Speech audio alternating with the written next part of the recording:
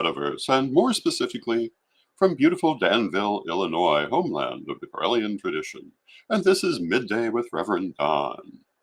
And as I say every day, if you follow Midday with Reverend Don, you know that you can type your questions or comments on whatever platform you happen to be watching on, and they will show up here in our chat room, and we can communicate directly.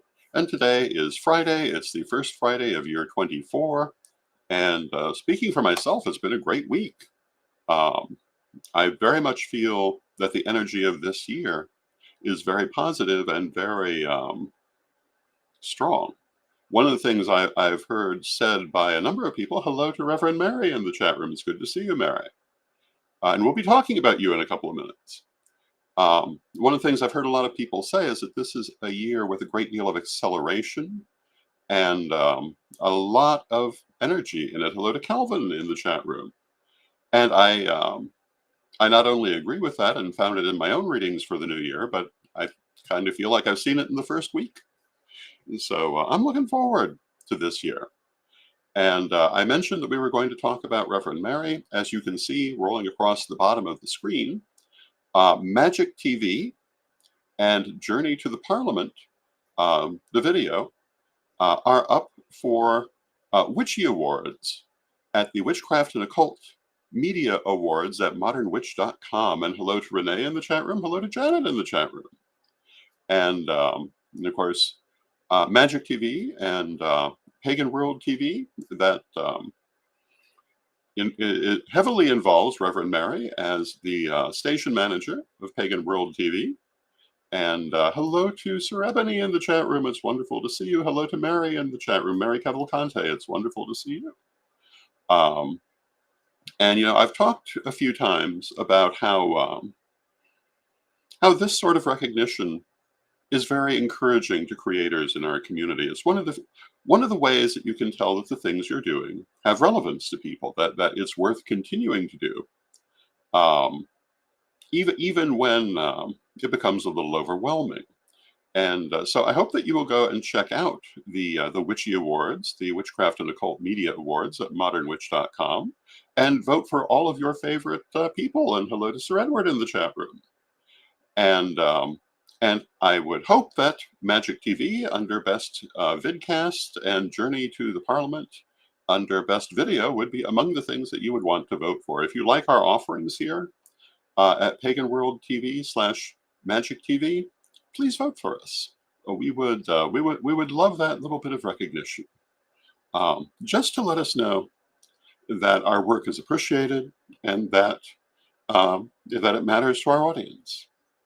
And there are also many other wonderful candidates, all kinds of different categories. It's well worth taking the time to go to.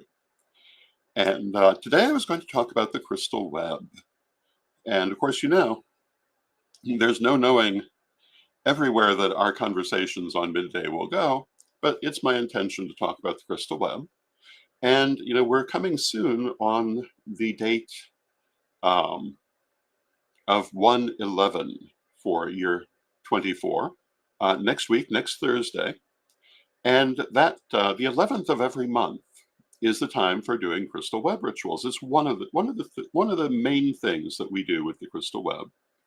And you know, many of us do our own private rituals. I was planning to do maybe a significant ritual here at the beginning of the year on 1/11, and I hope that you will join me for that. I'll be talking a lot more about it next week. But I figure before we start talking about that, we should talk about the crystal web itself, and maybe a little bit about the qualities of stones and crystals and how they interact with the crystal web and the things you can do with the crystal web. So the crystal web was founded by Sir Edward on the 8th day of August in 1988, or 8888, making it, at this point, well over 30 years old. And it is all over the world. People have created crystal web access points literally on every continent, even Antarctica. There are 2 crystal web access points in Antarctica created by members of the temporary residents there. And Antarctica has no permanent residents, but they do have temporary residents, and twice now they have had people associated with witch school who and the Corellian tradition who were aware of the crystal web and created crystal web access points, which I have always found a thrilling thing. We have them crystal web access points throughout North America, in Europe, Africa, South America, and parts of Asia.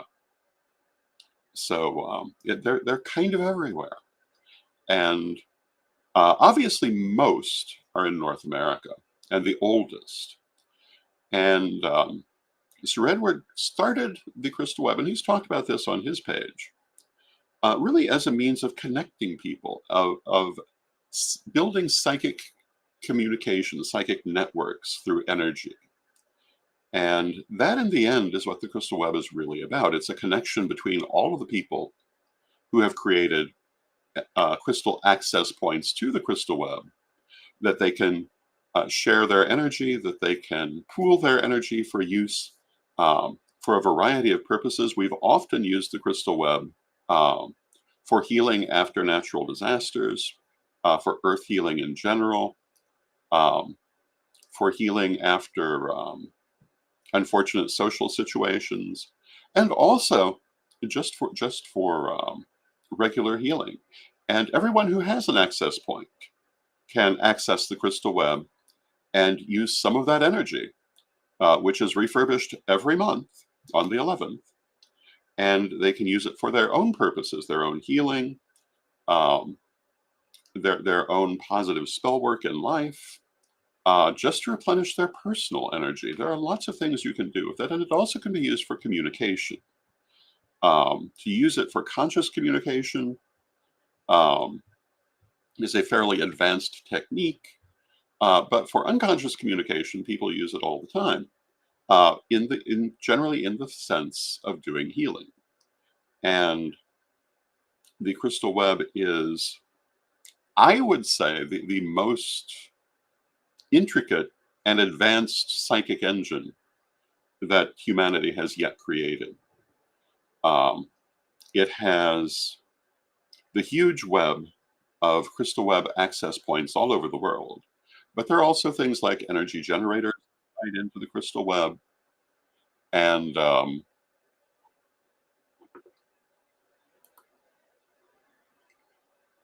and many such energetic aspects. Mary says, I connected to the crystal web to protect my home from a tornado once.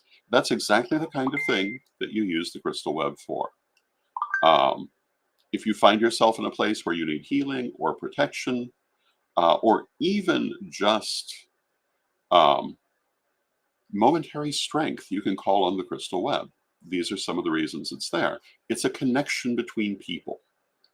And the full uses, of course, we will only discover over time as we use it more. But we'll be talking a lot more about it um, between now and the 11th. And as I say, I'm hoping to do um, probably more than just your average crystal web ritual on the 11th. Now, I've talked about crystal access points several times. There are a number of places where we talk about how you can create that. We have a number of videos on Magic TV where you could go and see how to create a crystal web access point. Perhaps I'll review a couple of them on my page and on several of our platforms to help people see how to create one if they don't already have one. Um, and there are also more than one way to do it, but the way that I have always recommended is in the video. Um, but basically, you charge your crystal to connect to the web, and you can use it to put in energy and to pull out energy. And what kind of crystal would you use? Well, generally people use quartz crystal, and we know about the many properties of quartz crystal. We're communicating now through machines that use quartz crystal as part of their structure. Quartz crystal is very good for amplifying and um, projecting energy in this way. But there are other things you can use it as well. It doesn't have to be quartz crystal. Look at Tom in the chat room. It's good to see you, Tom. Um, Every crystal has its own energy, and some people will choose to use crystals that have particular energy um, that has to do with how they wish to use their access point. If they want to really focus on healing, if they want to focus on communication, a lot of people use crystal web access points also to help with their own psychic abilities, to help strengthen their psychic abilities. If that was the purpose of your crystal web access point, you might choose to use amethyst, for example, or lapis lazuli. And it's not uncommon that people's access points will also be crystal grids, not just a single crystal. And some of the most complex crystal access points include dozens of stones laid out in intricate patterns, mostly using the principles of geometric magic. And we talked about geometric magic on Wednesday. And this is the use of different shapes for different purposes, the different qualities of different shapes and the way that energy flows through them. And of course, the thing that gives the shape its quality is how energy interacts in that form. So, for example, you would use a circle. You could use it for containment. You could also use it for amplification. You use a triangle for transformation. You might use a square for stability, and so on and so forth. Um, you might use a simple line for projection from one thing to another. There are all kinds of uses of geometric magic. But in creating crystal grids, you often do use geometric magic and often a number of different shapes to help to point the energy where you want it to go. You do this also with magical tools. If you look at people's magical tools, you'll often notice that they involve geometric shapes in one way or another. And it's using these qualities. Not everyone, not always, but you'll notice it often enough, and you'll find um, that geometric shapes show up a lot in metaphysics, and it's because they, like everything else, have their own energetic quality. Now, if you are doing this kind of crystal grid for your crystal access point, in addition to the shape, the particular stones you might use would be important. You might use a quartz crystal for your main access point, or you might not. You could augment it with things like lapis lazuli, which is good for psychic communication, amethyst, which is good for spirituality, and therefore also good for psychic things, turquoise, which can be good for communication, and also for positivity and blessing. You could use carnelian, for example, to strengthen the energy. You could use malachite or um, similar stones for growth, expansion, perhaps prosperity. These are some of the different kinds of stones you might use, and you want to cleanse and bless every stone um, as you set it into place. And if you have a personal area to create your crystal access point, you can be as complex as you want to be. Um, Most people keep it fairly simple, but there are some that are very complex. At Cricket Hill in Chicago, um, there were some very complex grids, and other places in Chicago, which basically is where the web originates. And Sir Edward says, we can use a lot of entangled energy. And that's absolutely true. The web has many different ways of creating your access points and using your access points. We have a book on it.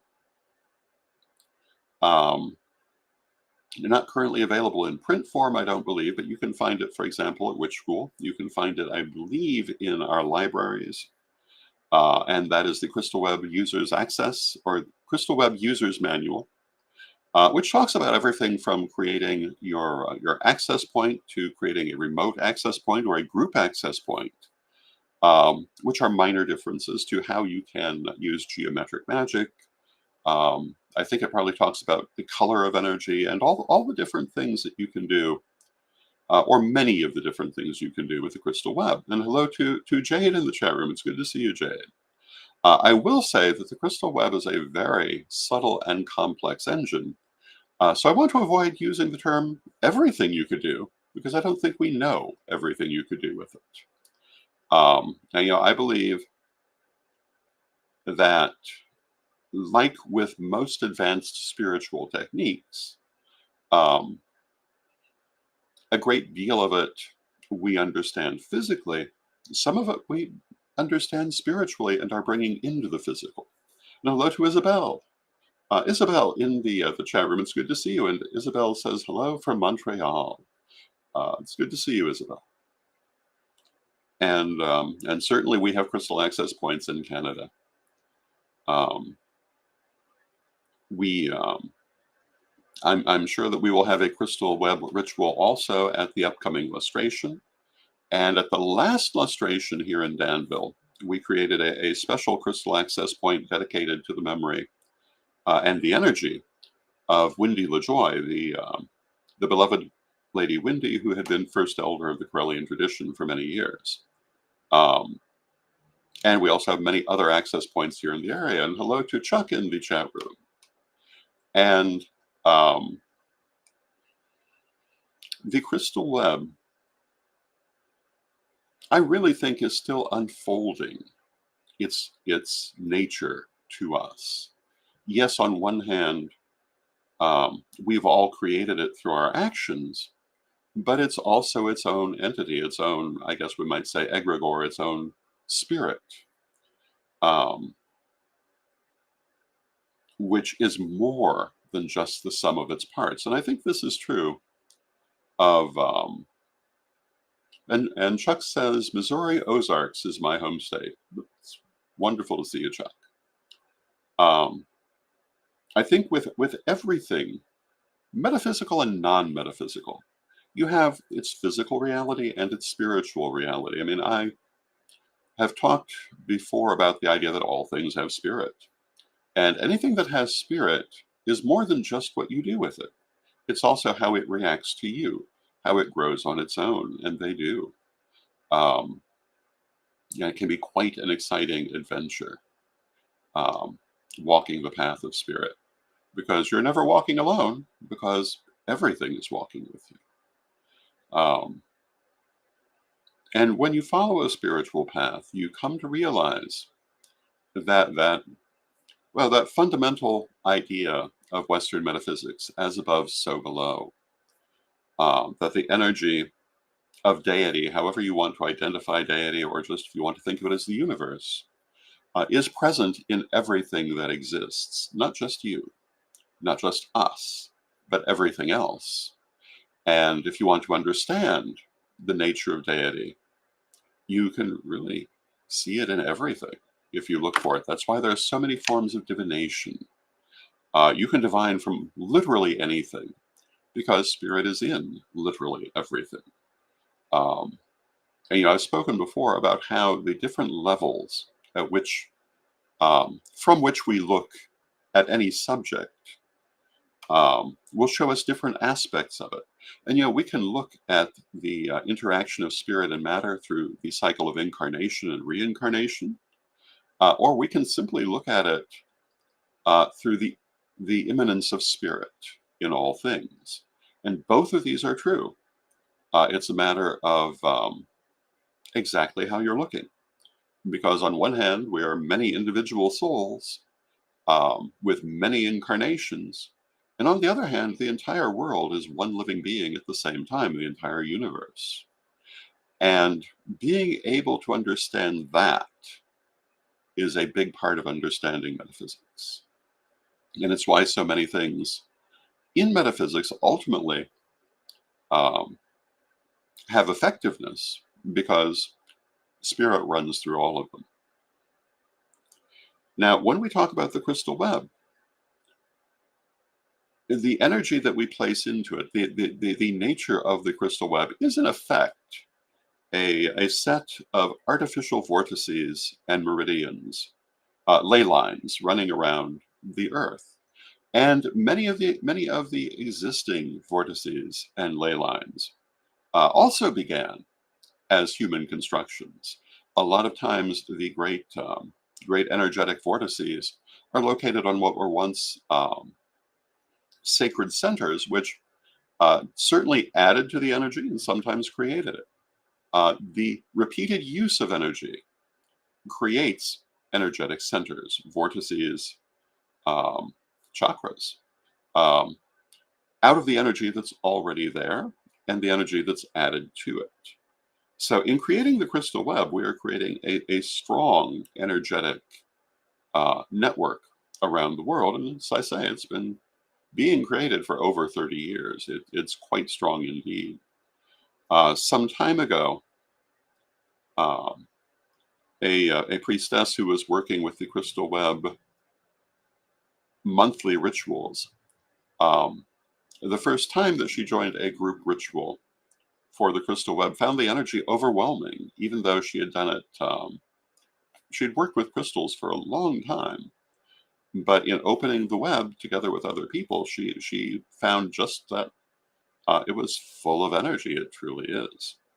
Um, so if you open your crystal access point, um, whether in that global ritual on the 11th or for private use at any time, what do you do if you find the energy a little overwhelming? Well, you do what you would always do. You ground the energy. Um, and you work with it at the state that you can. And you'll find that you can deal with greater and greater amounts the more you work with it.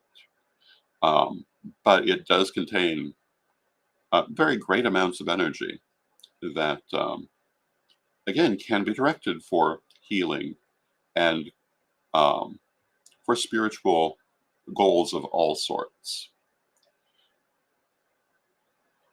And I think that,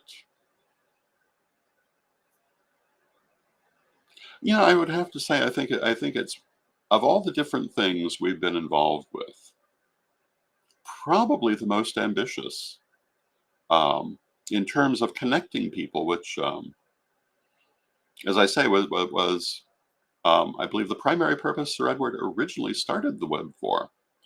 I don't know, other than our media work, I don't know that we've done anything spiritually more effective for connecting people than the crystal web, because it connects them energetically. And I think that has been a wonderful adventure to be involved in. And of course, the crystal web is there for everyone who wishes to use it. It is a powerful engine. And I want to take a moment and go back to the Witchy Awards, because I see them scrolling across the bottom of the screen, and I want to say again, if you missed the first few moments of the broadcast, that we are up for a couple of awards in the Witchcraft and Occult Media Awards at modernwitch.com.